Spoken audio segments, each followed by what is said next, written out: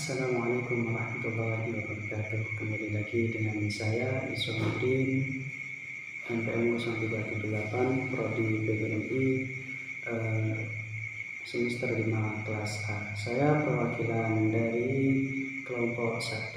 Saya akan mempresentasikan makalah dari kelompok kami, yaitu tentang hakikat pembelajaran matematika.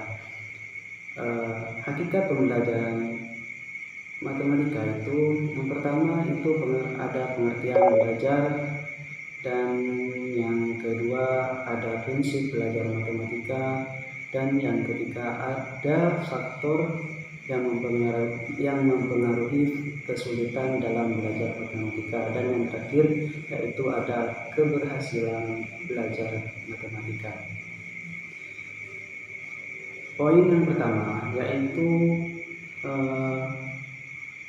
apa pengertian pembelajaran itu? Yaitu pengertian pembelajaran adalah suatu usaha yang sengaja melibatkan dan menggunakan pengetahuan profesional yang dimiliki guru untuk mencapai tujuan kurikulum. Jadi pembelajaran adalah suatu aktivitas yang dengan sengaja untuk memodifikasi berbagai kondisi yang diarahkan untuk tercapainya suatu tujuan, yaitu tercapainya tujuan kurikulum. Pembelajaran dapat dikatakan sebagai hasil dari memori, kognisi, dan metakognisi yang berpengaruh terhadap pemahaman. Hal inilah yang terjadi ketika seorang sedang belajar, dan kondisi ini juga sering terjadi dalam kehidupan sehari-hari karena belajar merupakan proses alamiah setiap orang. Salah satu bentuk pembelajaran adalah pemrosesan informasi. Itu poin yang pertama. Sekarang poin yang kedua, yaitu prinsip-prinsip dalam pembelajaran matematika. Dan di dalam poin yang kedua ini yaitu ada beberapa prinsip dalam pembelajaran, yaitu yang pertama adalah perhatian dan motivasi. Perhatian dan motivasi di sini adalah yaitu anak didik ketika belajar apabila sudah memberikan perhatian dan juga termotivasi untuk melakukan suatu pembelajaran. Artinya di sini pembelajaran anak didik ini sudah diberikan sesuai dengan kebutuhannya. Itu yang pertama. Sekarang yang kedua, yaitu keaktifan menurut teori belajar kognitif.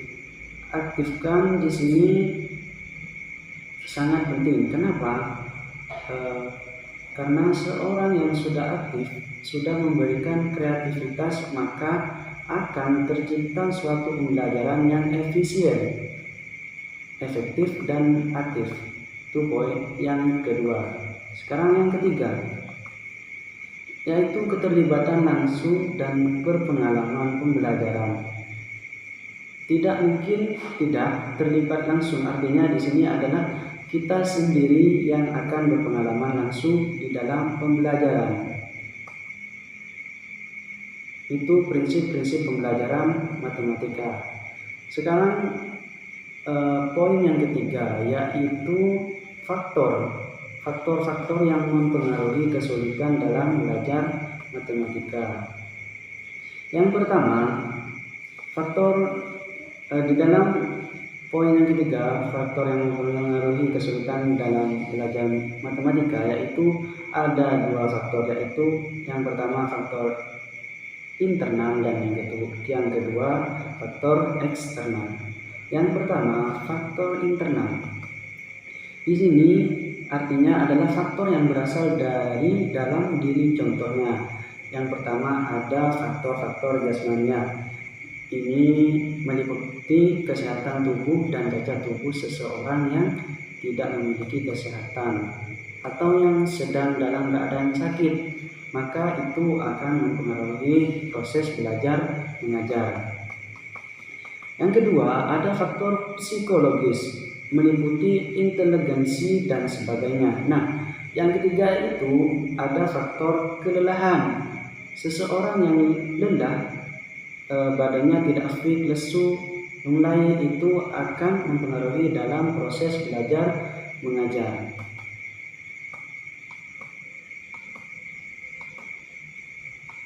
Yang kedua, yang pertama itu yaitu faktor internal, sekarang yang kedua yaitu faktor eksternal. Faktor eksternal ini merupakan faktor yang berasal dari dua faktor. Contohnya adalah dari faktor keluarga. Di sini juga berperan penting dalam proses belajar mengajar. Orang tua harus tahu sampai mana kemampuan anak, belajar anak di sekolah, dan orang tua juga harus membantu anak di rumah dalam proses belajar. Jadi tidak hanya di sekolah, orang tua harus berperan penting dalam proses belajar mengajar. Yang kedua, itu ada sekolah-sekolah ini meliputi antara guru dan siswa sesama siswa. Disitulah terletaknya faktor yang mempengaruhi dalam pembelajaran matematika. Yang ketiga adalah kesulitan dalam pembelajaran matematika. Kesulitan dalam pembelajaran matematika adalah fakta hubungannya dengan kesulitan pembelajaran matematika, yaitu seperti yang kita tahu bahwasanya matematika ini memiliki banyak simbol atau istilah, dan istilahnya disitulah anak didik susah untuk memahami atau sulit untuk mencernakan fakta-fakta yang terdapat di dalam pembelajaran matematika. Kedua, itu ada yang namanya konsep. Di dalam konsep ini hubungannya dengan kesulitan pembelajaran matematika adalah anak-anak susah untuk memecahkan kasus-kasus atau permasalahan-permasalahan yang terdapat di pembelajaran matematika. Jadi anak-anak kurang paham tahapan-tahapan untuk menyelesaikan kasus permasalahan yang terdapat di matematika. Nah, disitulah tercetak kesulitan di dalam pembelajaran matematika. Yang ketiga itu ada yang namanya prinsip hubungannya dengan kesulitan pembelajaran, yaitu anak hanya tahu rumus dari kasus tersebut atau permasalahan-permasalahan yang terdapat di pembelajaran matematika, tetapi tidak tahu kenapa rumus itu bisa terbentuk. Nah, jadi anak-anak itu tidak tahu mengapa rumus-rumus itu terbentuk dan tercipta, dan asal-usulnya rumus itu dari mana. Nah, jadi anak-anak tidak tahu. Yang keempat, ada namanya skill. Nah, di sini pasti berbeda, setiap anak pasti memiliki skill yang berbeda. Cara hitungnya anak-anak itu tidak sama. Itulah yang dinamakan skill. Maka akan cepat menyelesaikan. Jadi kalau anak-anak yang pintar, yang cepat berhitungnya, akan cepat menyelesaikan kasus-kasus permasalahan yang terdapat di matematika.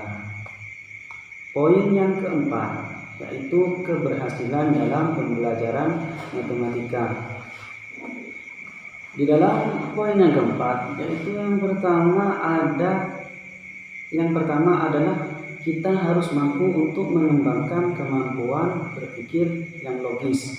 Yang kedua yaitu menemukan pola matematika. Yang ketiga adalah menemukan prosedur matematika. Yang keempat adalah melakukan tahapan-tahapan atau percobaan-percobaan yang terdapat di matematika.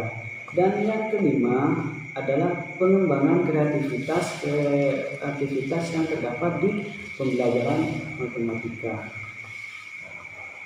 Jadi kita dapat menyimpulkan bahwasanya ada beberapa prinsip dalam pembelajaran matematika dan ada faktor-faktor yang mempengaruhi dalam pembelajaran matematika, dan juga ada kesulitan dalam pembelajaran matematika.